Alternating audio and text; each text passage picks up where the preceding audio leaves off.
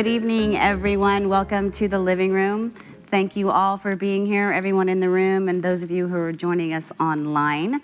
We're very excited tonight to have our one and only, because we are so busy this year, Patient Roundtable, which is one of my most favorite living rooms, where we get to share hope between one another. Normally we have key opinion leaders, different stakeholders, people coming in to talk about different aspects of the disease, but tonight it's all about you, and it's all about your voice and who you are as a person with cancer and who you are as a person without cancer, and what kind of support that we can bring to one another. So I'm really, really excited to have everyone here tonight. So with that, I think we're gonna start with the around the room, but I'd like you to maybe introduce yourself, especially because there's new folks. Say who you are, and talk a little bit about your own personal cancer journey. Okay. I'm Bonnie. I'm Danielle and Andrea's mother. And Jared's mother, he's not here.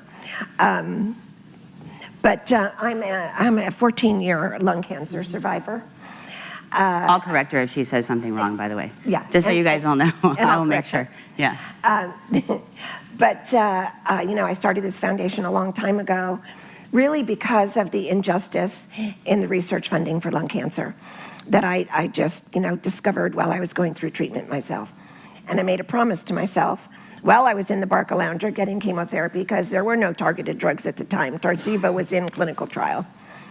And I made a promise that if I made it through the knothole, I would do something about that. And we've been 14 years pressing ourselves to get something done about that. I'd like to introduce a special, you're all special, everybody in this room is special, mostly to patients, but we have a visitor from Washington, D.C. today, and her name is Lori Fenton, and she's the CEO of the Lung Cancer Alliance. Hi, Lori. We've been doing a lot of things. No pressure. Yeah, we've been doing a lot of things collaborating with their group, and you know, we're getting a lot of work done and having a lot of fun, and we're doing a collaborative 5K in Philadelphia this year as well. So happy to have you here, Lori. And on that note, well. We are, but before we do that, I just want to, so I was in, Michelle and I and Jennifer and Nicole, who some of you may have met at the last living room. She's fairly new to the foundation. We're in Chicago. It feels like yesterday, but it was last week. Thursday, I think. We had our what we call from here our remote living room, but we actually had our Chicago living room, and it was fantastic. And one of the things, because I don't have my mom there as sort of my what would you call us? Moderator, but that sounds so like, well, your co-person. Anyway, just as my co-person, I felt the need to kind of tell her story for her, and from the perspective of the daughter, right, and the caregiver. And I know there's caregivers in the room, and you have no idea how important you are to the people that you are walking through this with. And it was just interesting to see the reaction from some of the folks who didn't know us, and sort of my perspective on your diagnosis and your journey, and then starting the foundation and what we've been able to accomplish. And I am obviously incredibly proud of of this woman right here, first and foremost, but what we have been able to accomplish in such a short amount of time, because although you were diagnosed 14 years ago, the foundation is 11 and change years old. Oh, yeah, yeah, it was just 12, yeah. And we've been able to raise over, you know, $30 million and 80 plus, you know, % of which goes right out the door to support programs like this and the all too important research in order to keep the ball rolling. So just a little pat on your back for what you've been able to do. Well, it was my passion at the time was to raise money for research and give it to my UCSF team. And actually, these people in these pictures behind me that was my radiation oncologist, Lisa Buhar. Fred Marcus was my oncologist, and Melissa Lim is still my pulmonologist. And my thoracic surgeon was David Jablons at UCSF. But that is actually her x-ray as well. And that is my x-ray, my tumor. My tumor was actually on my heart. And I was told by many people there was nothing they could do, and this could maybe start the conversation tonight. And that obviously wasn't what I wanted to hear. So I found my way inadvertently up to UCSF, and sitting down with this crazy thoracic surgeon, And he said, Bonnie, he said, you know, I know you've already heard from several people that there's nothing you can do because my tumor was invading my heart and it was just inoperable, they said. So he said, what do you want us to do? And I said, if I'm going to die from this disease, I don't want it to be because I did nothing. So I want you and your multidisciplinary team to throw everything you have at me. And I'll take it. I won't complain. I won't say a word. Let's just see if we can do something. So he put together the team. He took it to tumor board. He talked to a bunch of people. They came back and said, we're going to put you on a rigorous chemotherapy. They put me on, some of the folks in the room tonight from a pharmaceutical company will know how toxic a double platinum is. But they put me on that ×3 for my first dose. And then radiation Monday through Friday. So I had chemotherapy every Friday, and Monday through Friday I had radiation. And I was lucky. The goal was to move the tumor enough away from the heart to go in and try to get it out of there. And after about 14 hours and 3 surgeons, they were able to get it out. So my point is, in telling this story, is that, you know, you're in charge of your own treatment. Yeah. We like to help you, and all we can do is help and, you know, advise you and tell you what to do. But you're in charge. And when you're having a conversation with your physician, and don't ever be talking to anybody that doesn't have a multidisciplinary team like this, and tumor boards and genomic profiling and the full set of options for you. Don't let anybody tell you that you don't need a second opinion or any of those things. If you don't like what you hear, go get a second opinion, because I got 3 and 4. And I can guarantee you I wouldn't be sitting here today if I listened to the first couple of people. So maybe that's a good way to start. It's a great segue. And those of you who are veterans here at the living room and or online who have been watching for a while have been hearing us talk for 12, 18 months now about this shared decision making, and it's what you're talking about, and that conversation with your physician, and what are your goals of care, and what might that look like based on the options given you. So so I think that's going to be a really important part of tonight's discussion. And maybe after you give everybody a little history on your story, you'll tell us what's keeping you up at night. If everybody would add that to your story tonight, that'll help us get to a really good living room and where we want to go. I'm Ina, and I was diagnosed in December 2014, an accidental finding. I never smoked. Have to say it. I have to say it because everybody that didn't know me and knew that I never smoked asked that question. Yeah, they still asked you. It's like everybody asks you. But to your point about the early diagnosis and screening, I went in for something totally unrelated, which was fine, and they did a CAT scan, which was a big deal, and picked up the lobes of my lung for an abdominal CAT scan, so you have to wonder about that. However, it showed a fairly large nodule in my left upper lobe, and everyone thought for sure it was cancer. And the pulmonologist who first told me, showed me my scan next to a textbook scan, and you really couldn't tell the difference. I mean, the tumor was like a hard-boiled egg-sized tumor. I had mycoplasmosis pneumonia, which is a crazy kind of pneumonia, like 18 years before, and it laid down scar tissue. And the scar tissue, actually, it was a scar tissue carcinoma, which is very unusual. So we went around. We did go to UCSF. We did get second opinions, and even third. And I actually was told, and I think this is also an important thing, while I think it's really important to go to a major medical center, I was told by a full professor of pulmonary medicine at UCSF, you don't need to come here for what you have. And I think he was right. Okay. I really do, because he said, this is a basic, we can go in and get, go find the best cardiothoracic surgeon you can find in your local hospital that you think is good. And why do you have to put your family through coming to UC? His opinion was I didn't need the hassle of UCSF or Stanford, which I probably wouldn't have gone to. But anyway, simply go to a place where you're comfortable and your family can be comfortable, because it wasn't that complicated a surgery. It was a real straightforward, I mean, awful, awful, and I had to have two. But basically, it was an interesting, and I know we're talking, I think if I have a recurrence, and I do have also nodules in the right side, I have about 1 2/3 of my left lung gone, so I have a little bit of left lung. But I think that if I, have to have treatment, I'll definitely go back to UCSF. Yeah. And I would just like to say two things. One, you don't have to go to an academic center. Right. But you do need to go to a center that is known for excellence in lung cancer. And I really kind of I'm a bit taken aback that a physician would say, "You don't really need me. Just go to anybody." And they Well, can he didn't walk say this out. he didn't It's say like, anybody. well, He didn't say anybody. He was pretty specific Okay. about the quality of surgeon that I needed to look Okay, for, okay. and where I needed to go. Right. Did this person help you get that appointment? and Well, set it I up for you? I already knew who I wanted to go to, or so I Okay. thought I did, and he Okay. confirmed that that was a good choice. Okay.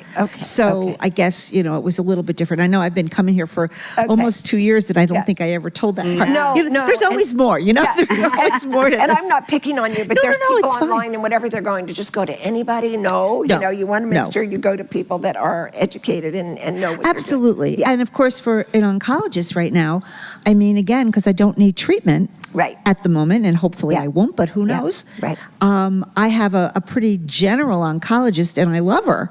But if if something pops up and I need to have it treated, Yeah. believe me, I'm going. Okay. Okay. okay. Yeah. I know. Okay. I think that's okay. a really good Yeah. point, because we hear all the time from people around the country. It's much more convenient to be treated as close to home as possible, right? So that your family can come if you need to, you can get support and that sort of thing. But I think when something changes, Right. That's the time to think, okay, do I need to now go get a second opinion from a key opinion leader in more of an academic setting, and then have a plan, and then come back to my community setting and have my treatments there. Right. So, yeah. Which is also why, so many cancer centers are popping up all around the country. Right, and there are community centers that are actually academic-like care. We just Right. have to make sure Yeah. those are the ones you get to. And make sure that you're asking the right questions, Yeah, right? And right. you guys have heard me say time and time again, particularly in the more rural community settings, that between solid tumor and blood cancers, there's 100+ different types, and to expect that any one human being could know everything there is to know about whatever walks through their door is unfair and unrealistic. Yeah. So it's very important that you do the research to find out who the experts are as close to you as possible, Right. so that Exactly. you can get that opinion. Right. Thanks, How do always. you follow that? Yeah.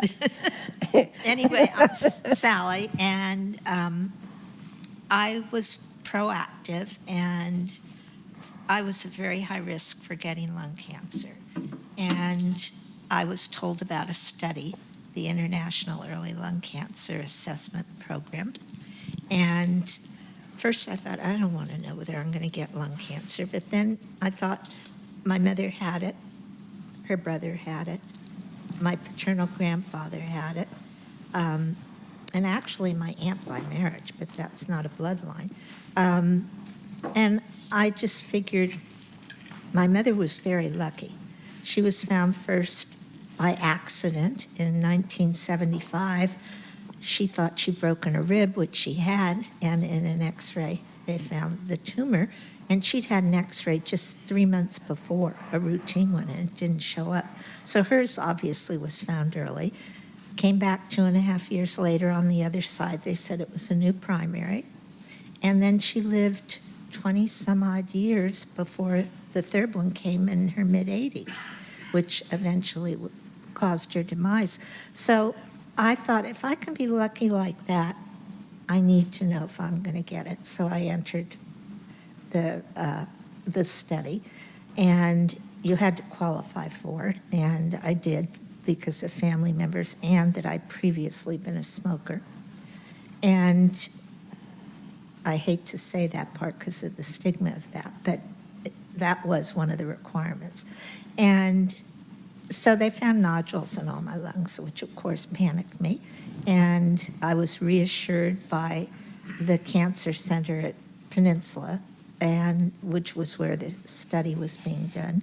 And I was reassured by my internist and everything that these were just little nodules and that I'd be watched. And 5 years later, one of them grew. And because of this study, it was found early. I had surgery. I had my lower right lobe removed, and knock on wood, it's 9 years. And I was told there was great likelihood it could return, but knock on wood, it has not thus far.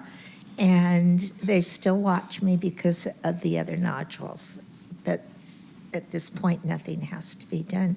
So I feel very fortunate, and I'm really a big believer in being proactive and in if you are at risk for lung cancer or think you might be, that you do something about it, because the earlier it can be found, the better off you are. So I just have a couple comments before we move on. One, thank you for self-identifying as a former smoker, because I think it's really important. We hear all too often, I was diagnosed with lung cancer and I never smoke. But what we don't hear is people who are brave enough to come up and say that they did, that they made a mistake, that they wish they could change, they can't, but they're people too. And to really put a face to this disease. And Ron said it prior to you don't have to smoke to get lung cancer, right? But we need more people just being people saying, hey, And right? also that people realize that just because you quit smoking doesn't mean you're not going to get lung Right. cancer. I had quit smoking 15 years before I entered Yeah. this study. Yeah. And you know, I cite this published article in the New England Journal of Medicine all the time. It says that the biggest cause of the biggest tobacco-related disease is heart, and then second vascular, and then 31 cancers, not just lung. And somewhere along the way, lung cancer got singled out as the only cancer related to smoking. So my joy will be the day that a patient doesn't have to feel like they're at Alcoholics Anonymous and they have to stand up there and say, I was a smoker or I was a non-smoker. We don't care. We just want to keep you all alive and thriving. So hopefully the day will come that people don't have to identify themselves. Well, the reason I identify it is because that was part of qualifying for being in this and that's, study. you know what, good for you. Yeah. But I think it's important. So the second thing I wanted to just comment on is Sally being an early detection win, and it was before the National Lung Cancer Screening Trial and before screening was approved in this high-risk population of patients. It was a study that you were proactive about, and I think it's important to recognize that one of the potential silver linings in being diagnosed with lung cancer is an opportunity to talk about screening. When you're talking to someone about having been diagnosed, it's an opportunity to talk about how important it is for people to be screened who might be at high risk. And less than 4% of the people who actually qualify for screening are getting screened right now. And to Sally's point, if we could find these cancers earlier, the numbers that 5 years behind or not, they would change, and they would change dramatically. So I think really recognizing an opportunity during this conversation about your personal journey is a conversation with somebody who has not been diagnosed to kind of educate them on the screening. So those are just two things I wanted to point out. So thanks, Sally. Sorry to interrupt. So we had a couple of what keeps you up at nights, but not really a ton, right? I think we kind of covered them sort of as they came, with the exception of senior parents and children going off to college, and I completely share that keep you up at night, because my youngest is going off to college this summer, and my husband and I joked that I don't know if I like him enough to live in the house without children. I'm not sure what we're going to talk about. We keep joking about it, so I completely. You just get a lot of dogs. Yeah, we already have a lot of dogs. But I guess we talked a little bit about people worrying about progression or plans B, C, D, or E, or whatever that might be. And I guess my question is, where do you guys go with whatever your challenges might be? Like, who do you bounce that off of? I mean, obviously you use this as a space, but to sort of Dave's point, you know, this is once a month, and of course you can call whenever you want, but where else do you find that support? And Ron, you said sort of that support group is called co-something. What did you call it? Sorry, you don't have a mic. I was saying that caregivers can also be known as co-survivors. Co-survivors. And I think the caregiver, whether it's a spouse or a friend or a family member or people you meet in a support group or foundations, where do you guys go to find that hope other than when you walk in and see it just really big on the wall? Can I just add something to the end of your sentence? Sure. That's very important, but where do you go when you're scared and you don't want to scare your family? Because you were a big fat liar a lot. I was a big fat liar. That's true. And so where do you go when that's keeping you up at night? And we had somebody, they're probably online, they're always online. And the husband who was married to the lady that was, we'll just call her Jane, who had lung cancer. And he came to me one night and he said, Bonnie, he said, you know, where do I learn how to chat with my wife and my daughter about this? You know, we all have different feelings and we're all kind of walking around and we're living our lives. But I think, you know, we're just not sharing. And I said, you know, Keep going. you just have to get the pink elephant out of the room. You have to tell her you're afraid she's going to die. And she has to tell you she's afraid she's going to die and what is going to happen to you if she does. And then you both have to talk to your daughter all in the same room and say, you're afraid too, so let's talk about our fear and let's see what we can do to deal with that. Yeah, and I think that's so important because it's the person diagnosed with the cancer is not the only one necessarily with the fears, right? Everybody has cancer. Yeah. In the house. Everybody has cancer. Yeah. Yeah, and how to have those conversations. Yeah.